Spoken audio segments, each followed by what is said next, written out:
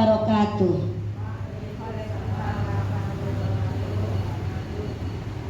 Pertama-tama saya ucapkan terima kasih kepada Ibu Kepala Sekolah TK Kelurahan Sokanegara yang telah bersedia membantu untuk menggelar acara pada hari ini.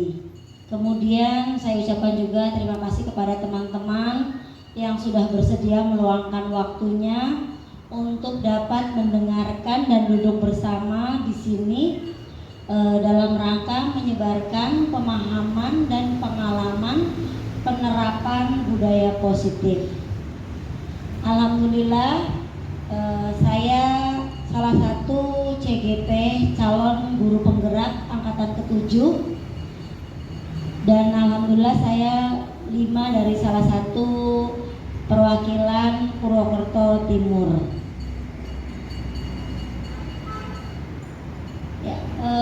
Pada kesempatan hari ini insya Allah saya akan menyampaikan beberapa hal mengenai pengalaman dan penerapan budaya positif yang sudah saya lakukan dan beberapa materi berkaitan dengan budaya positif yang telah saya pelajari pada kegiatan calon guru penggerak angkatan ke-7. Next, Bu.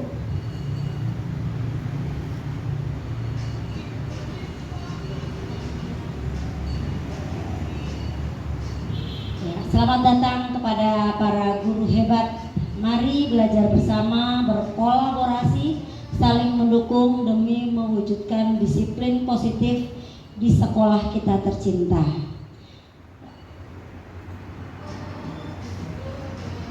Yang pasti di sini guru-gurunya hebat ya, insya Allah ya. Semua yang hadir di sini insya Allah adalah guru hebat. Ada beberapa konsep utama modul budaya positif yang saya pelajari dan saya rangkum menjadi beberapa poin. Yang pertama adalah perubahan paradigma belajar. Jadi dari budaya positif ini akan ada perubahan dari paradigma belajar yang biasanya tersentra kepada guru menjadi kebiasaan-kebiasaan yang bisa dilakukan bersama. Kemudian konsep selanjutnya yaitu disiplin positif. Ya, disiplin positif ini adalah berkaitan dengan mengapa tadi saya menyatakan bahwa budaya positif, karena budaya positif itu ada keberadaannya dari pembiasaan-pembiasaan baik yang dilakukan terus-menerus sehingga menjadi budaya. Dan disiplin positif ini adalah salah satu cerminan dari karakter baik yang dihasilkan dari pembiasaan-pembiasaan baik yang sudah dilakukan. Kemudian selanjutnya adalah kebutuhan dasar manusia. Ya, budaya positif ini adalah kebutuhan dasar manusia, karena sejatinya kita sebagai manusia pasti memiliki lingkungan kita, baik di rumah, di sekolah atau dimanapun itu berbudaya positif, gitu ya. Jadi ini adalah kebutuhan dasar manusia. Kepinginnya kita kalau jalan-jalan aman, gitu ya Bu ya. Kepinginnya kita kalau jalan-jalan atau ada di lingkungan manapun budayanya positif semuanya. Jadi tidak was-was, kitanya juga nyaman. Kemudian selanjutnya adalah motivasi perilaku manusia. Ya, ini juga budaya positif itu memberikan motivasi kepada setiap manusia untuk berperilaku menjadi layaknya manusia. Jadi ini memotivasi kita untuk menjadi manusia-manusia yang lebih baik dan terus menjadi lebih baik. Kemudian posisi kontrol restitusi. Nanti insya Allah akan saya sampaikan di beberapa slide selanjutnya. Dan selanjutnya yaitu keyakinan kelas, dan terakhir segitiga restitusi. Dan insya Allah saya akan mencontohkan apa hal yang pernah saya lakukan dari segitiga restitusi ini. Oke, next.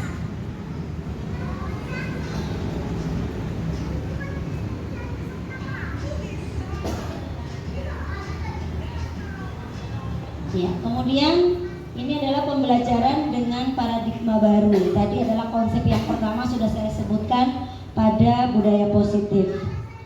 Pembelajaran dengan paradigma baru dirancang berdasarkan prinsip pembelajaran yang terdiferensiasi sehingga setiap peserta didik belajar sesuai dengan kebutuhan dari tahap perkembangan untuk mewujudkan profil pelajar Pancasila.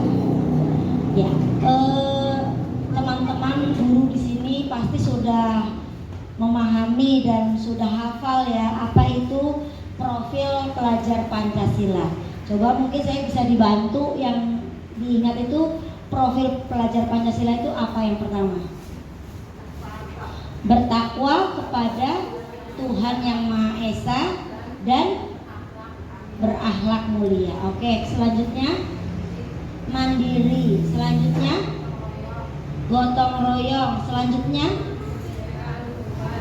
berkebinekaan global, kemudian bernalar kritis. Oke ya.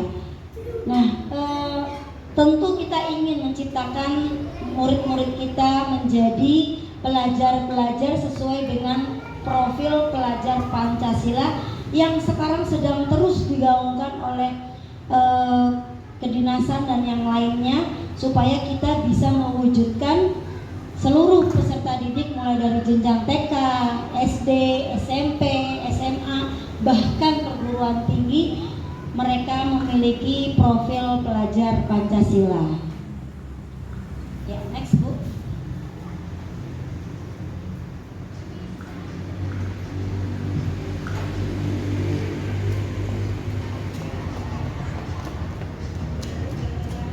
Disiplin positif yang selanjutnya, tadi poin kedua adalah disiplin positif. Dalam budaya kita ada makna kata disiplin itu dimaknai menjadi sesuatu yang dilakukan seseorang pada orang lain untuk mendapatkan kepatuhan. Kita cenderung menghubungkan kata disiplin dengan ketidaknyamanan. Betul tidak Bu? Ya, seringkali kalau ada kata-kata disiplin itu rasanya harus berangkat ke sekolah jam 7, harus membawa ini, harus ini. Kadang-kadang itu membuat kita tidak nyaman. Betul atau tidak? Betul ya, berarti sepakat ya itu ya. Kemudian sebagai pendidik, tujuan kita adalah menciptakan anak-anak yang memiliki disiplin diri, sehingga mereka bisa berperilaku dengan mengacu pada nilai-nilai kebajikan universal dan memiliki motivasi intrinsik bukan ekstrinsik. Jadi biasanya kalau anak didik kita patuh sesuai dengan apa yang peraturan kita tetapkan, itu rata-rata anak-anak memiliki motivasinya tuh melakukannya bukan karena dari diri, betul nggak Bu? Tapi karena ada peraturannya, ya nggak? Mungkin kita juga pernah merasakan dulu saat jadi pelajar gitu ya. Kita itu taat karena kita takut ada hukuman kayak gitu ya. Kita taat karena itu motivasinya dari luar gitu. Itulah disiplin. Sebenarnya itu positif ya, karena ada nilai-nilai kebajikan secara universalnya. Biasanya kan disiplin itu untuk memang supaya menjadi tata ya, menjadi baik gitu ya. Tapi tadi itu ada motivasi yang bukan dari diri sendiri, tapi dari orang lain. Kalau kamu mau nilainya A, maka kamu harus berangkat ke sekolah setiap hari tidak terlambat misalnya. Jadi ada motivasi dari luar. Kemudian disiplin positif merupakan salah satu cara penerapan disiplin yang bertujuan untuk menumbuhkan kesadaran serta memperdayakan anak untuk melakukan sesuatu tanpa sogokan, ancaman maupun hukuman. Ya, karena memang itu adalah sudah diatur gitu ya peraturannya. Ya mau nggak mau anak diminta kita untuk disiplin gitu ya. Tanpa sogokan, tanpa ancaman maupun hukuman, biasanya anak-anak sudah nurut aja. Gitu ya. Apalagi kalau yang anak-anak mungkin kelas besar, gerbangnya ditutup itu sudah, wah ya sudah telat kan begitu. Ya, next Bu.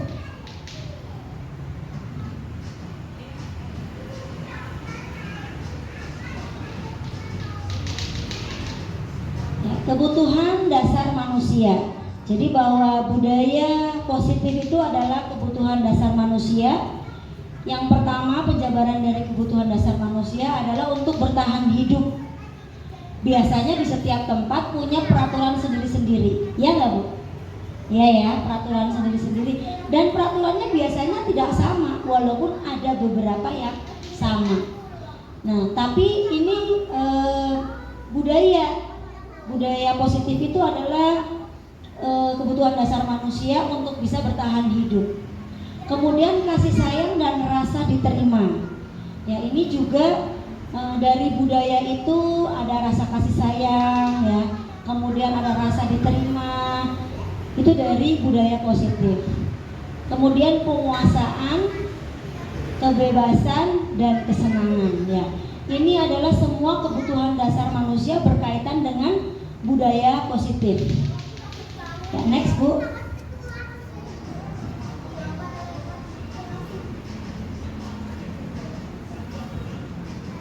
Ya, motivasi perilaku manusia.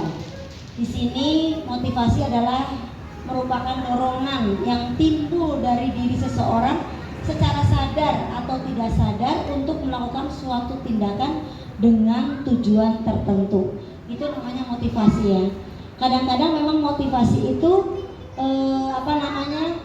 dorongan yang timbulnya itu kita nggak sadar. Tapi kadang-kadang juga kita sadar, ayo aku pasti bisa. Aku pasti mampu, kan begitu ya.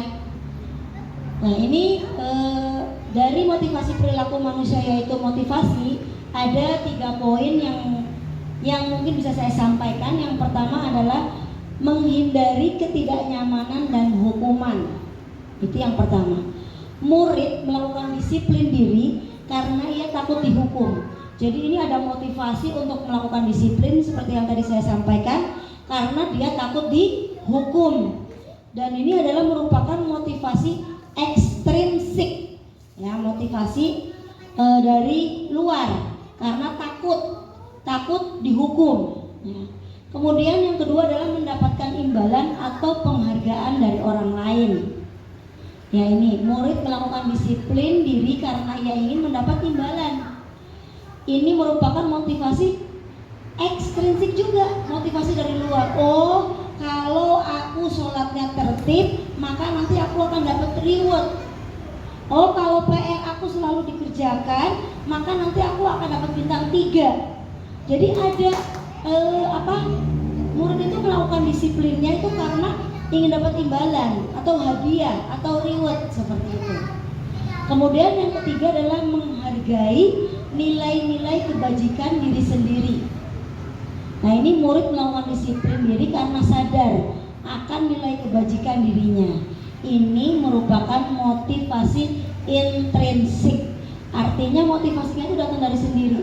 Oh iya, kalau aku selalu tepat waktu mengumpulkan tugas, maka aku akan mendapatkan nilai A. Oh iya, kalau aku seragamnya selalu baik, selalu bersih, maka nanti aku akan nyaman. Tidak beda tidak malu,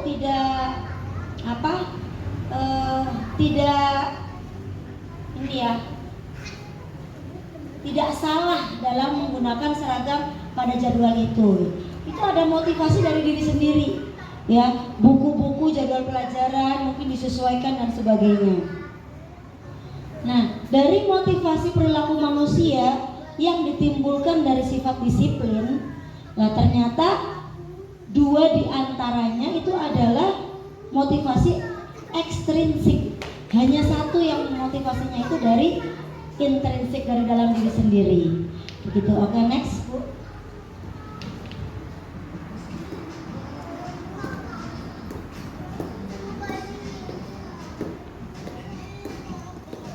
Kemudian yang lain adalah konsep disiplin dengan identitas gagal.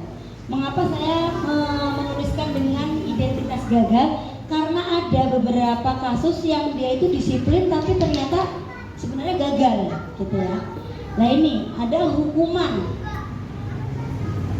Menurut ibu-ibu hukuman menyakitkan atau tidak? Menyakitkan ya. Ada nggak hukuman yang menyenangkan? Tidak ada ya. Oke, tidak ada ya. Kalau kira-kira kalau hukumannya adalah guru yang terlambat mendapatkan voucher nginap di hotel, itu hukuman atau penghargaan? Penghargaan ya. Sementara dia datang terlambat. Jadi gimana? Ada sesuatu yang perlu di sini ya. Oke. Kita sepakat ya berarti bahwa hukuman ternyata menyakitkan. Hukuman tidak nyaman, betul Bu? Hukuman tidak nyaman ya. Murid takut, iya atau tidak? Takut ya. Kemudian hukuman itu memaksa, harus mengerjakan. Tulis aku akan jujur sampai dengan 1 lembar. Memaksa tidak Bu? Memaksa. Dan itu tidak nyaman ya. Tidak nyaman. Kemudian murid menyembunyikan kesalahannya. Betul nggak Bu? Karena dia dapat hukuman, enggak Bu, aku nggak lupain air di situ. Jadi dia menyembunyikan karena takut dihukum. Bahkan sampai di rumah pun dia mungkin tidak akan cerita kalau ternyata tadi di sekolah mendapatkan hukuman. Kemudian murid menjadi rendah hati. Betul tidak? Ayo, rendah diri ya harusnya ya. Oh iya. Murid menjadi rendah diri, artinya dia jadi sudah tidak punya motivasi lagi gitu ya, karena sudah dihukum seperti itu. Udahlah nggak apa-apa, aku mau melakukan kesalahan terus, soalnya guru sudah memblacklist misalnya. Akhirnya dia melakukan kesalahan terus karena ada faktor hukuman. Kemudian penghargaan. Apakah penghargaan tidak efektif?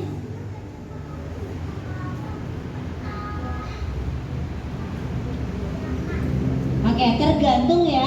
Bisa terjadi penghargaan itu efektif, bisa terjadi tidak efektif.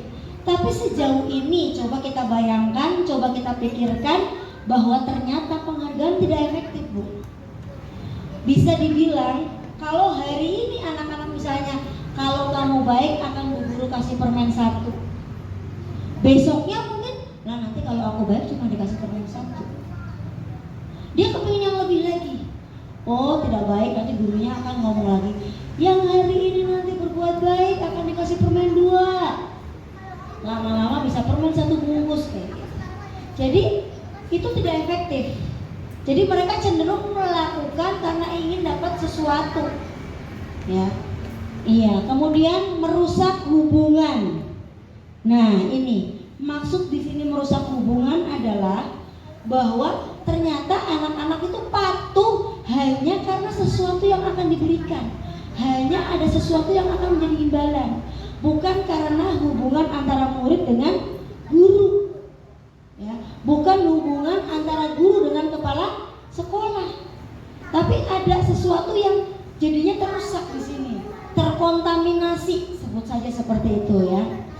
Karena katanya kalau terkontaminasi adalah konotasinya adalah negatif gitu ya. Nah seperti itu. Kemudian mematikan kreativitas. Anak-anak biasanya kalau sudah dapat penghargaan itu, ya sudahlah, aku memang selalu juara, yang lainnya pasti belakangan. Sudahlah, aku pasti akan dipilih terus. Jadi kreativitasnya itu nggak tumbuh, ya, stay di situ saja karena yang pada bersaing itu juga tidak bersemangat. Pasti itu yang dipilih, pasti itu yang akan dapat reward seperti itu. Kemudian menghukum dengan sistem ranking. Nah, mengapa kok di sekolah sekarang nggak ada ranking? Tapi masih banyak anak-anak yang ditanyakan oleh orang tuanya di rumah, kamu ranking berapa? Begitu juga dengan orang tua. Ada yang datang ke sekolah, Bu, anak saya ranking berapa? Oh maaf Bu, sekarang sudah tidak ranking. Ya urutannya berapa urutannya? Seperti itu. Jadi karena apa? Mau ada penghargaan di situ. Dan terkadang kita sebagai orang tua juga menyebutkan nanti kalau kamu ranking 1 akan mama atau atau akan ibu atau akan umi beri handphone misalnya. Nah ini ya, jadi menghukum dengan sistem ranking juga ini tidak ternyata tidak baik gitu ya. Sekalipun ternyata anak-anak yang menonjol menjadi termotivasi untuk menjadi, ya aku harus terus berprestasi. Kemudian merampas hak harga dirinya. Nah ini juga termasuk seperti tadi. Jadi dirinya itu sudah tidak punya keinginan untuk lebih. Cukup sampai di sini, cukup sampai di sini, seperti itu. Ya, next Bu.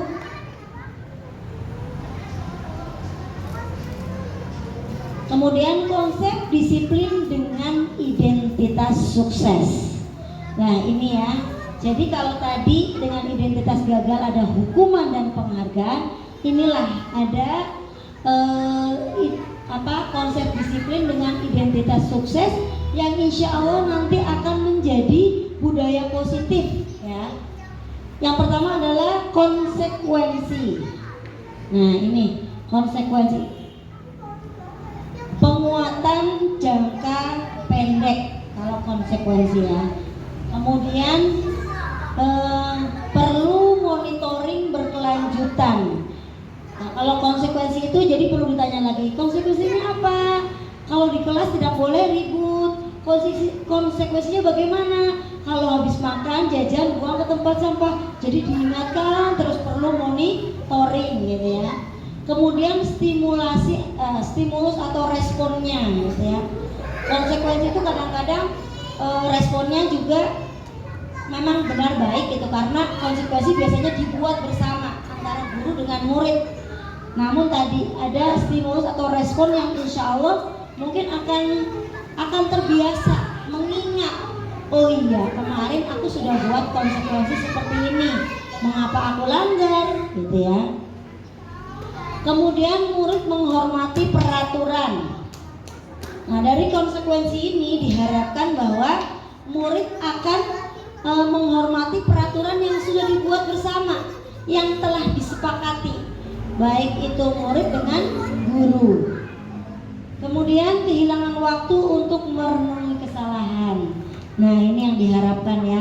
Jadi dari adanya konsekuensi, anak-anak itu tidak terus merenungi, aduh aku tadi salah makanya dihukum, aduh aku tadi seneng nih bener jadi aku dapat penghargaan.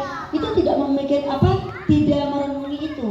Tapi anak-anak lebih cenderung pada mengingat, oh iya, hasil kesepakatan kita bersama, hasil konsekuensi yang sudah kita bahas adalah bahwa jika kita makan, maka buang sampah harus pada tempatnya. Kemudian yang kedua adalah restitusi. Murid bertanggung jawab untuk perilakunya. Ya, dari restitusi ini adalah diharapkan untuk murid itu bertanggung jawab.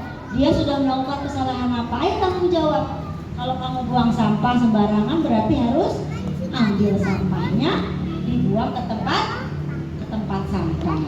Kalau kamu mencoret-coret tembok, maka tanggung jawabnya harus dihapus, seperti itu ya. Kemudian fokus pada pemecahan masalah jangka panjang. Ini kalau bedanya restitusi dengan konsekuensi adalah jika konsekuensi itu penguatannya jangka pendek ya. Namun kalau restitusi itu adalah jangkanya jangka panjang. Jadi murid akan mengingat terus seperti itu. Kemudian murid menghormati dirinya dan orang lain. Ya, jadi karena tadi sudah bikin konsekuensi bersama, terus kemudian murid disadarkan bahwa itu adalah sebuah kesalahan yang sudah disepakati bahwa tidak boleh dilakukan, sehingga murid juga akan menghormati dirinya. Oh, kalau aku buang sampah berarti aku nggak sesuai dong dengan apa yang sudah saya ucapkan, kayak gitu ya. Itu seperti itu. Kemudian ada teori kontrol, artinya dirinya sendiri itu bisa mengontrol. Tadi yang mau buang sampah, jadi mau sembarangan, mau dilempar atau apa, ada tempat sampah di sini. Itu seperti itu. Kemudian murid bersemangat memperbaiki kesalahan. Ini yang paling penting, bahwa dari konsep disiplin dengan identitas sukses restitusi itu salah satunya adalah murid bersemangat memperbaiki kesalahannya. Jadi besoknya tidak diulangi lagi. Oke, next Bu. Nah, semoga kita bisa menerapkannya ya.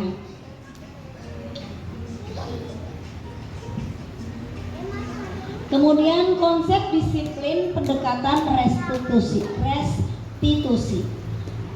Ini adalah konsep atau sebuah cara menanamkan disiplin positif kepada murid. Ya.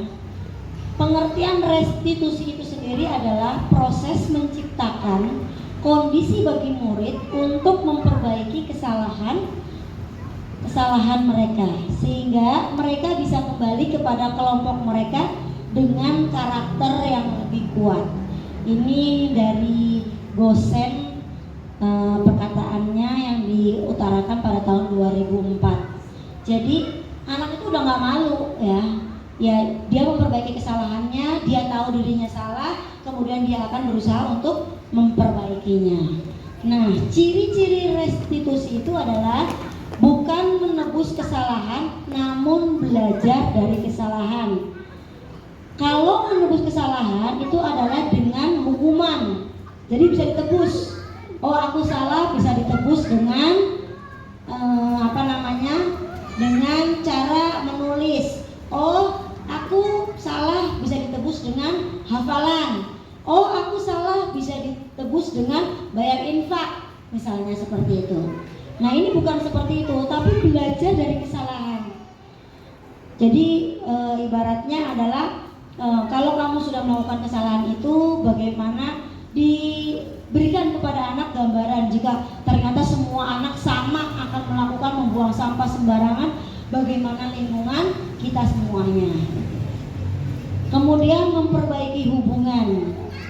Nah, ini tadi ya salah satu ciri-ciri restitusi sendiri adalah memperbaiki hubungan karena dia menghormati dirinya dan orang lain. Kemudian ciri yang lain adalah ini tawaran, bukan paksaan. Karena nanti anak-anak dikumpulkan bersama, kemudian ditanya, anak-anak semua, kalau kita pernahkah kalian bermimpi?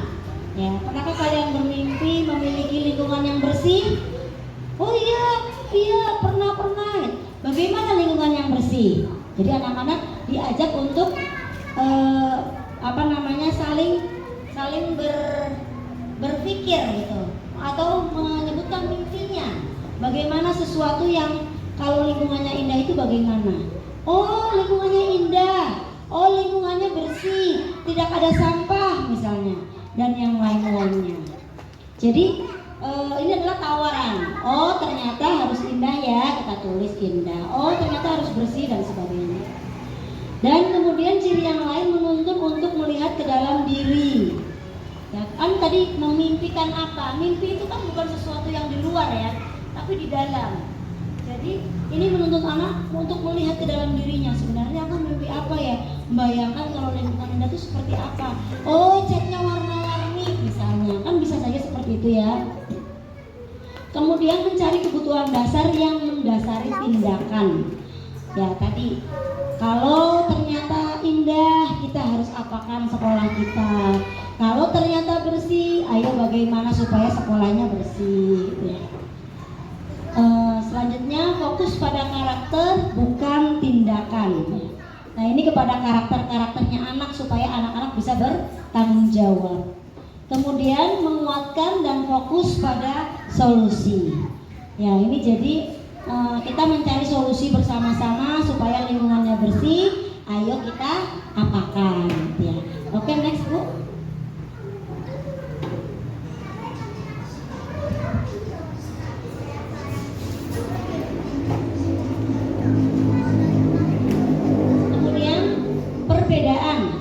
Kasus murid yang sering datang terlambat.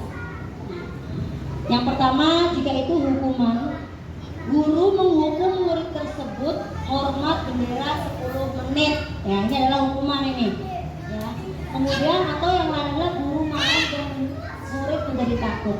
Yang namanya hukuman pasti biasanya dibarengi dengan rasa agak marah gitu ya, atau bahkan marah sekali. Kenapa sih kamu selalu datang terlambat? Itu seperti itu, dan biasanya nadanya juga agak tinggi. Itu ciri hukumannya. Kemudian jika itu adalah konsekuensi, guru memberikan konsekuensi untuk datang lebih awal. Ini untuk murid yang sering datang terlambat. Kemudian guru tegas dan murid menghormati peraturan. Ya, dari konsekuensi ini, kalau datang terlambat harus seperti apa dan bagaimana. Gurunya tegas, maka muridnya akan mengikuti peraturannya. Kalau gurunya lemah, gurunya tidak berdaya, maka murid juga tidak akan terus mentaati. Hanya 1-2 gitu ya. Kemudian jika itu adalah kita terapkan dengan metode konsep restitusi, guru menanyakan keyakinan kelas atau dirinya dan membantu murid menyelesaikan masalahnya. Jadi masuk di sini ada kata-kata menanyakan keyakinan kelas atau dirinya, itu karena ada keyakinan yang mungkin dibuat oleh dirinya sendiri, bahwa aku sudah kelas besar, maka aku tidak boleh terlambat datang ke sekolah. Itu konsekuensi kepada dirinya sendiri. Tapi mungkin tadi ada guru menanyakan keyakinan kelas. Jadi ada keyakinan kelas bahwa kita sudah kelas B1 nih anak-anak semuanya. Berarti anak-anak kalau kelas B1 harus seperti apa? Mandiri. Misalnya ada anak yang bilang, datangnya nggak boleh terlambat, baju seragamnya nggak boleh beda, misalnya seperti itu. Jadi anak-anak dikuatkan, ayo sampaikan apa yang menjadi sesuatu supaya tidak datang terlambat gitu ya. Kemudian guru terbuka dan murid menghormati dirinya dan orang lain. Guru juga terbuka di sini bahwa dulu Bu Guru juga kadang-kadang suka terlambat, tapi ternyata ya terlambat itu adalah bukan hal yang baik seperti itu ya, bukan hal yang menyenangkan gitu. Itu seperti itu. Oke, next.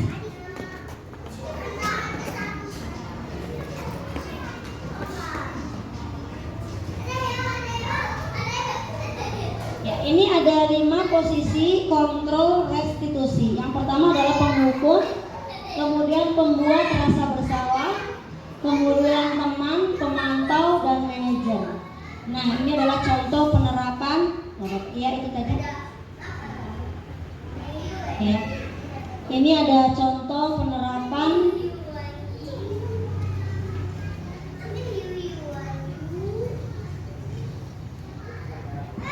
lima posisi kontrol. Kasusnya adalah murid mencoret-coret tembok. Ya, banyak ya kalau anak TK ya. Biasanya suka mencoret-coret tembok kan ya. Nah, ini kalau penghukum, maka dia akan mengatakan, patuhi peraturan sekolah, hapus sampai bersih. Jadi seperti ada tanda seru gitu ya. Nah, kemudian membuat rasa bersalah. Berapa kali Bu Guru harus memberitahu kamu, Bu Guru kecewa sama kamu. Ini akan membuat kata-kata ini membuat anak-anak menjadi merasa bersalah. Aduh, Bu Guru kecewa sama aku gara-gara aku nyoret-nyoret tembok. Ya. Kemudian teman. Ini penerapannya, ayolah yang tertib. Bu Guru bangga kali ini tidak apa-apa kalau kamu salah. Jadi ini sebagai teman gitu ya. Ya kadang-kadang kita juga menerapkan sebagai teman, udah nggak apa-apa gitu. Besok jangan nyoret-nyoret lagi ya. Nah, kita sering gitu ya.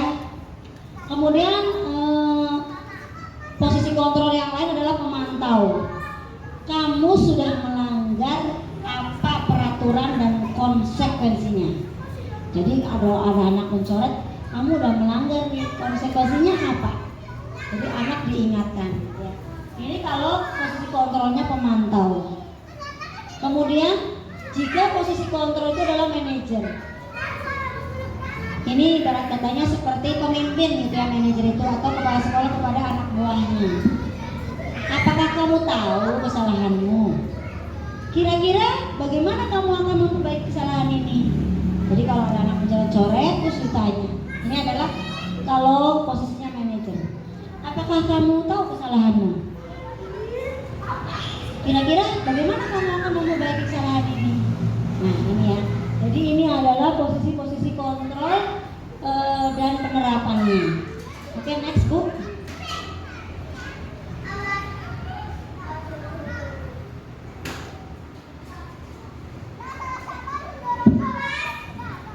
Nah, inilah keyakinan kelas yang tadi beberapa kali sudah dibahas tentang keyakinan kelas yang harus dibuat. Mengapa keyakinan kelas? Mengapa tidak peraturan kelas saja? Inilah beda antara restitusi dengan pola yang lain ya. Ibarat katanya kalau bisa kita bilang, kita rumuskan seperti ini. Mengapa kita memiliki peraturan tentang penggunaan helm pada saat mengendarai kendaraan roda 2 atau motor? Mengapa, Bu? Mengapa kita memiliki peraturan tentang penggunaan helm pada saat mengendarai? Supaya aman, tertib, kalau tidak ada kecelakaan fatal. Atau mungkin karena takut polisi? Bisa jadi ya. Bisa jadi ya. Ada yang seperti itu ya, takut polisi ya. Ya, intinya adalah kita sepakat bahwa mengapa kita memiliki peraturan tentang penggunaan helm pada saat mengendarai kendaraan roda 2 atau motor. Ada yang mementingkan diri sendiri, juga ada yang mementingkan orang lain, bahkan ada yang tidak mementingkan siapa-siapa.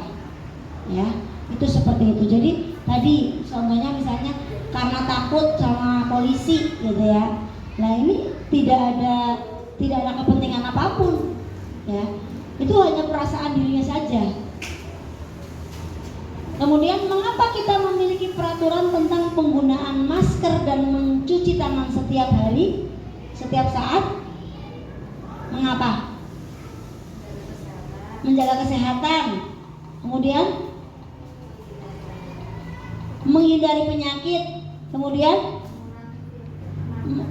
mengurangi virus atau menambah virus ini? Yang flu ditambah flu. Ya. Nah, itulah kita akan membuat keyakinan kelas itu dari kata-kata pemantik yang seperti ini. Jadi mengapa ada depannya itu ada kata-kata mengapa? Mengapa kita memiliki peraturan tentang penggunaan masker dan mencuci tangan setiap saat? Itu tujuannya adalah tadi seperti yang ibu-ibu sebutkan, ada yang untuk kesehatan ya, supaya tidak terkena virus, atau bahkan ada yang bilang agar tidak mudah dikenali. Gitu ya. Itu ada yang seperti itu ya. Oke, next Bu.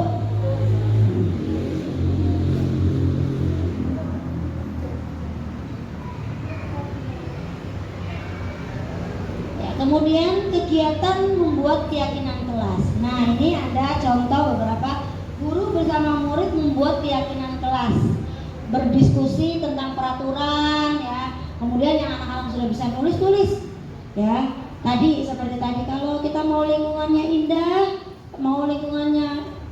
harus seperti apa? Anak-anak yang sudah bisa tulis, kemudian coba siapa yang sudah menuliskannya ya. Nah, kemudian kita bahas bersama-sama hasil dari keyakinan kelas itu. Oke, next Bu.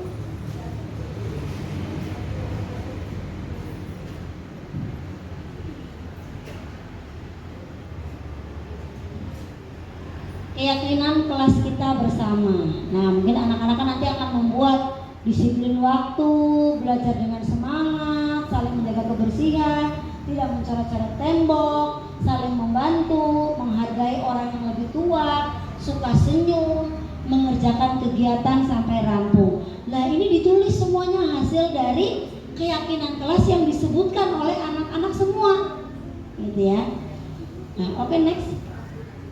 Jadi jangan terlupakan ya Bu, kalau anak-anak TK kan, karena kalau anak TK itu kan belum bisa menulis ya, jadi dia mungkin tidak menuliskan sendiri di papan tulis, kita yang menuliskannya. Tapi anak-anak bersuara untuk menyebutkan dan mengatakan kata-kata hasil keyakinan kelas bersama. Bagaimana pembentukan keyakinan kelas? Yang pertama adalah lebih abstrak dari peraturan, karena sama-sama dibuat ya. Kemudian berupa pernyataan universal. Ya, pernyataannya yang mereka ada dalam pikiran mereka. Ya, tidak tertekan ataupun yang lain. Sedikit saja agar mudah diingat. Nggak usah banyak-banyak kalau bikin keyakinan kelas. Ya, sedikit saja. Nanti disepakati bersama. Dari hasil yang tadi sudah dapat, tadi ada 9 poin, bisa terjadi menjadi 4 poin atau 5 poin. Kemudian dibuat dalam bentuk positif.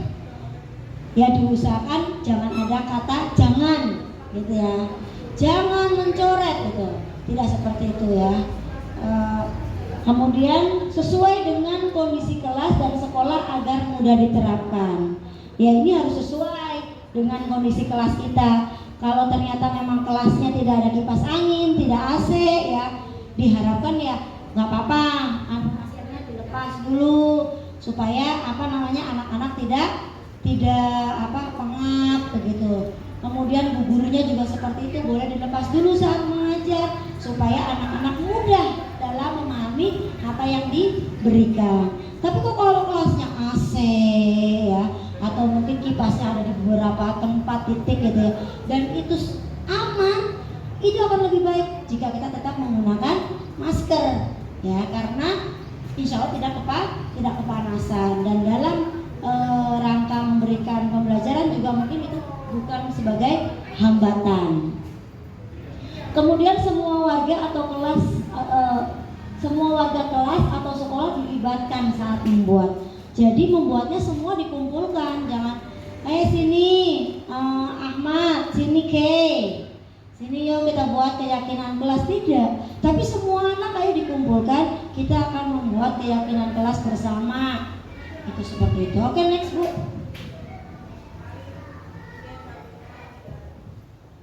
Ya, kemudian inilah segitiga ya.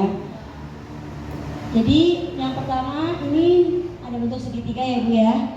Ini segitiganya memang ditumpuk-tumpuk, tetapi tetap menjadi bentuk segitiga.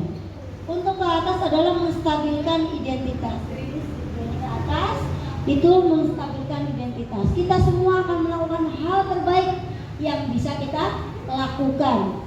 Nah ini yang ke sana ya, ke atas ya.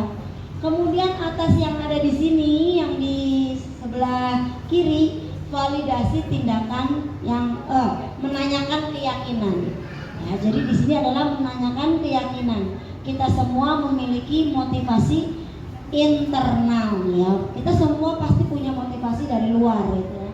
Kemudian di sini ada validasi tindakan yang salah. Semua perilaku pasti memiliki alasan. Iya tidak Bu? Apapun yang kita lakukan pasti ada alasannya. Iya tidak? Ataukah kita mengerjakan tanpa punya alasan? Tidak. Tapi setiap apapun yang kita kerjakan pasti memiliki alasan. Walaupun beberapa alasan itu mungkin tidak bisa diterima oleh nalar kita. Betul? Ya seperti itu ya. Ini ada contoh kasus. Ya, ini ada salah satu anak didik yang mencoret-coret tembok. Ya. Ini ada contoh kasusnya. Dia asik mencoret-coret tembok. Padahal tadi kita sudah membuat keyakinan kelas tidak mencoret-coret tembok gitu ya. Nah ini contoh penerapan segitiga restitusi. Anak dipanggil, kemudian pertama ditanyakan keyakinan kelas. Masih ingat nggak keyakinan kelasnya? Gitu ya. Ternyata anaknya ingat bahwa oh iya, tidak mencoret-coret tembok gitu. Nah terus ditanyakan mengapa mencoret-coret tembok. Anaknya pasti punya alasan. Iya tadi aku itu kepingin pegang spidol, terus aku kepingin gambar yang bagus, yang baik, menggambarnya di tembok gitu ya. Nah kira-kira kalau temboknya sudah coret-coretan seperti itu bagaimana? Jadi anak diajak seperti itu, disadarkan kesalahannya, kemudian diharapkan setelah dipanggil, kira-kira kalau dipanggil seperti ini anak malu nggak Bu? Tidak, karena dia di hadapan sendiri. Coba kalau misalnya anaknya kemudian Asfa, kamu yang tadi coret-coret tembok, pasti anaknya akan malu, anaknya akan minder, harga dirinya akan jatuh. Tapi kalau anaknya dipanggil, didudukkan, diberi keyakinan bahwa tadi kamu melakukan seperti ini apa dan sebagainya, akan berbeda, harga dirinya masih ada. Jadi saat dia kembali ke kelompoknya pun, saat dia masuk kelas, dia nggak malu, dia tetap bisa melakukan aktivitas lainnya ya. Nah ini dan ternyata Aswa juga memahami kesalahannya, dan guru saya itu juga menerangkan bahwa saya juga pernah melakukannya ya. Namun tadi bahwa hal itu adalah kita sudah sepakati bersama, tidak mencoret-coret tembok ya. Kemudian saya juga punya kasus yang lain, ini suaranya nggak keluar ya Bu? Ini memaafkan Asfa, ini menghargai kamu untuk memperbaiki diri. Besok. Nah ini contoh yang lain. Ini ada kasus yang lain, yaitu saat anak-anak sedang bersolawat, tapi ada yang tidak ikut solawat, gitu ya.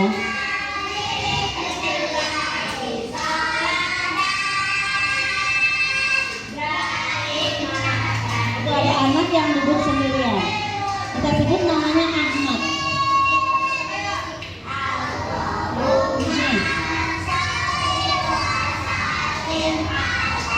Tadi ibu-ibu sempat lihat ya, ada anak yang duduk sendirian ya. Nah itu anaknya sendirian, tidak langsung ditegur ya.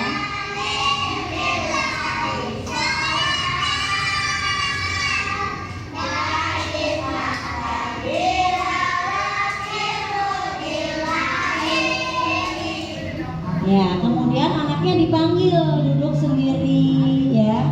Kita panggil, kita sampaikan ke anaknya bahwa nyalakan saja. Ya, anaknya dipanggil, kita dudukan, tidak langsung spontan tadi saat anak-anak bersama teman-temannya gitu. Nah, kemudian kita tanya, sebentar.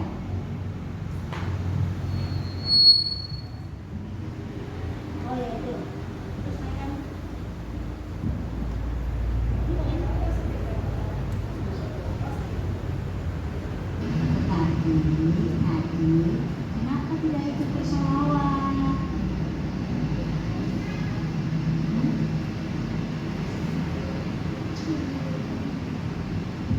Kenapa anak diam saja? Kenapa tidak mau? Kan anak sudah bisa. Coba anak sama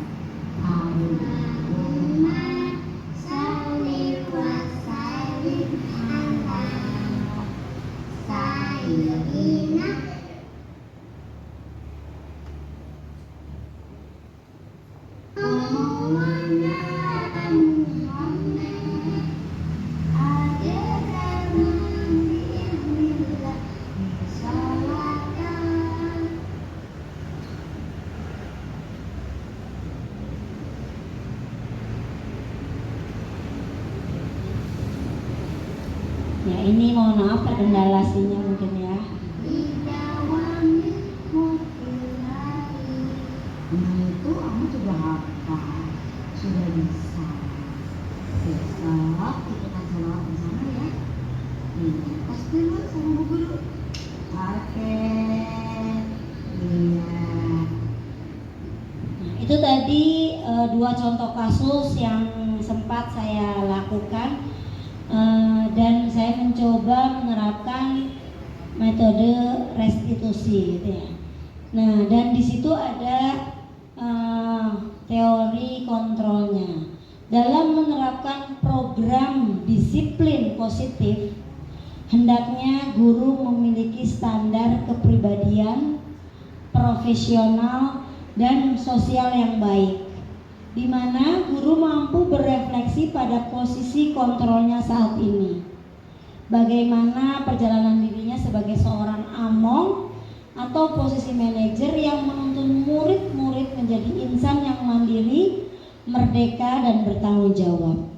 Ini adalah sesuai dengan standar pendidikan nasional yang berdasarkan atau didasari oleh pemikiran dari Ki Hajar Dewantara. Nah, beliau mengatakan bahwa kita sebagai pendidik adalah sebagai among, gitu ya. Among itu ibaratnya seperti anak maunya bagaimana lah, ayo kita ikutin, gitu ya. Ngomong betul. Terus kemudian namanya kalau kita ngomong kan anak-anak nggak boleh kita sakiti ya. Itulah seperti itu. Jadi sebagai among, namun tetap berposisi manajer. Artinya anak itu tetap menghargai kita sebagai orang tua, sebagai pendidik gitu ya. Jadi sekalipun anak dekat, anak selalu membutuhkan kita, namun kita tetap memposisikan bahwa diri kita adalah manajer, bahwa kita adalah pemimpinnya, seperti itu. Jadi kita tidak boleh lemah, sekalipun kita tetap menuntun murid-murid menjadi insan yang mandiri, merdeka, dan bertanggung jawab. Dan hal ini juga sesuai dengan profil pelajar Pancasila. Ya, itu tadi yang dapat saya sampaikan dan saya jabarkan. Terima kasih untuk para guru hebat semuanya. Salam bahagia, salam guru penggerak. Mungkin ada pertanyaan dari yang sudah saya sampaikan, ibu-ibu semuanya. Jika bisa saya jawab hari ini, maka akan saya jawab. Jika tidak, ayo kita diskusikan bersama-sama. Monggo, silakan, ada pertanyaan.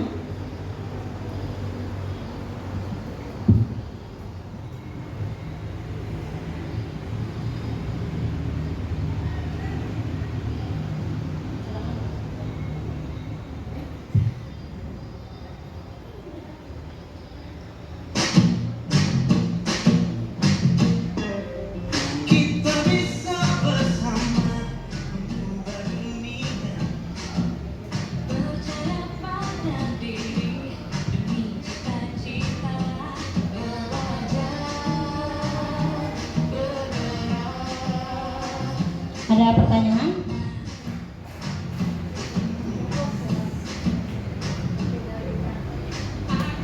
Wah, insya Allah ya, kita sama-sama ya. Tadi seperti kata Ibu Retno bahwa ayo kita praktekkan gitu ya.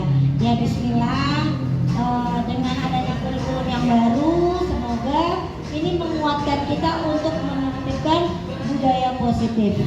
Tapi yang perlu Ibu Guru semua pahami adalah bahwa budaya positif itu tidak serta-merta jadi, karena semuanya butuh pembiasaan.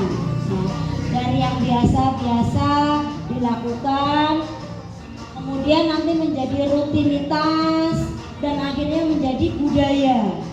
Dan harapannya adalah apa yang diterapkan di sekolah adalah sesuatu yang positif-positif, sehingga nanti anak-anak berbudaya positif bukan hanya di sekolah, namun saat anak-anak di rumah, di lingkungan, dan di tempat yang lain, maka anak-anak juga akan tetap memberikan nilai-nilai positif yang baik karena sudah terbiasa dilakukan. Contoh mungkin di sekolah, kalau sudah biasa setiap melakukan kegiatan harus berdoa, akhirnya anak-anak insya Allah jadi setiap mau melakukan apapun di rumah juga berdoa. Ya, kemudian mungkin setiap anak-anak kalau makan buang sampahnya tidak boleh sembarang tempat, ya, harus pada tempatnya. Jadi saat anak-anak di dalam mobil juga tidak membuka kaca kemudian buang sampah sembarangan. Kemudian jika anak-anak di mal atau di pusat perbelanjaan atau di tempat-tempat umum, saat dia makan sesuatu maka anak-anak juga tidak akan membuang sampah sembarangan. Itulah harapan-harapan dari budaya-budaya positif yang bisa atau yang harusnya kita lakukan di setiap lembaga-lembaga pendidikan, terlebih pada pendidikan anak usia dini. Ya, jika tidak ada lagi tanggapan atau mungkin ada tanggapan lagi, Bu, silakan. Tanggapan? Tidak ada juga ya. Oke, alhamdulillah ya. Intinya semoga kita dikuatkan bersama-sama ya. Tentunya dalam pembiasaan kita juga harus saling berkolaborasi bersama. Dan satu hal yang lain lagi adalah kita bisa saling berkolaborasi bukan hanya antar guru di satu sekolahan, tapi juga guru-guru di luar sekolahan. Ini bukan bersaing, tapi ayo sama-sama kita menciptakan Indonesia yang berbudaya positif. Ya, sampai di sini saya cukupkan untuk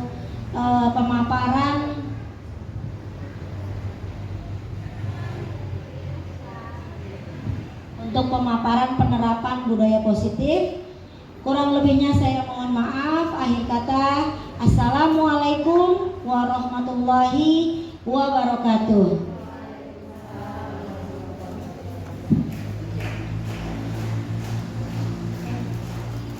Assalamualaikum warahmatullahi wabarakatuh.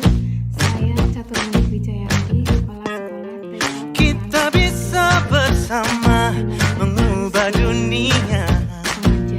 Percaya pada diri demi cita-cita. Belajar, bergerak, bermakna. Semoga dengan penginfosan ini bisa bermanfaat. Aku bisa belajar dari ilmumu. Oh, kamu bisa belajar dari yang ku tahu. Belajar, bergerak, bermakna. Yeah. Semua murid, semua guru, semua murid, semua guru, semua murid, semua guru, semua murid, semua guru, semua murid, semua guru, semua murid, semua guru.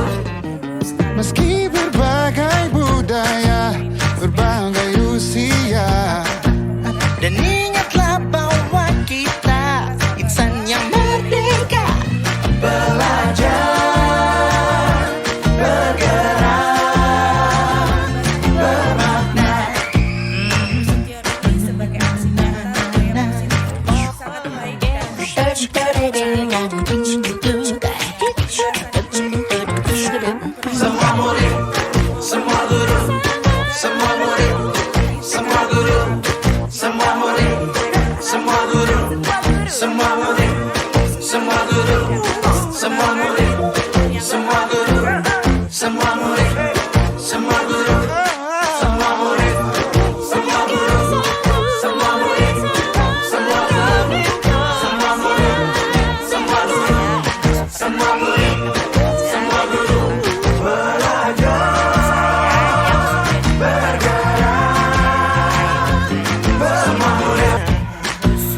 Percaya pada diri demi cita-cita.